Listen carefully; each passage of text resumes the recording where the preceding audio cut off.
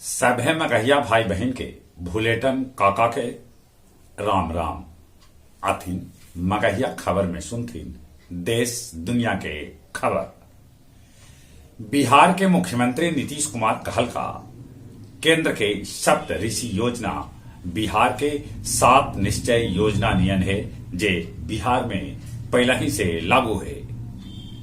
संसद में अडानी पर विपक्ष के हंगामा, जेपीसी से जांच के कैल गेल मांग।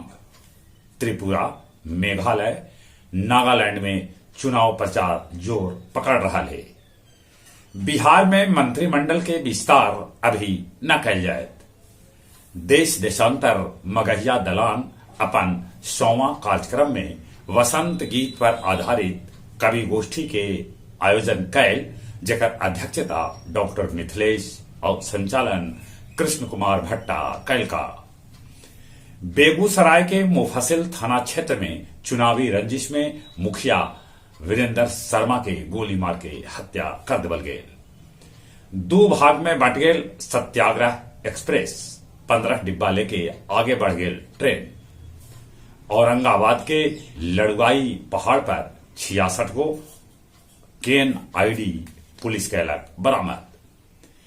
नेपाल से अयोध्या पहुंचल सारीग्राम पत्थर, जकरा से रामलला के मूर्ति बनावल जाए।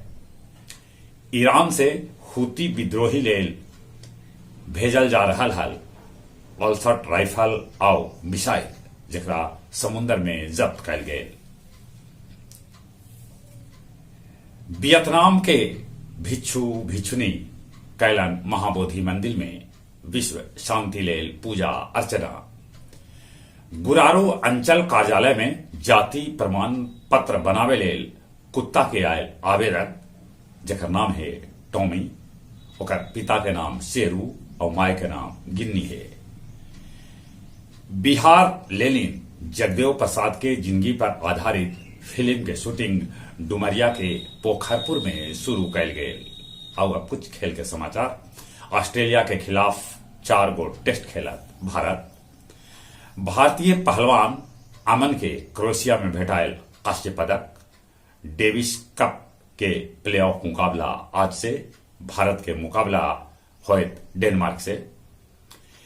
सैफ अंडर 20 महिला चैंपियनशिप में आज बांग्लादेश में भारत के मुकाबला भूटान से होए।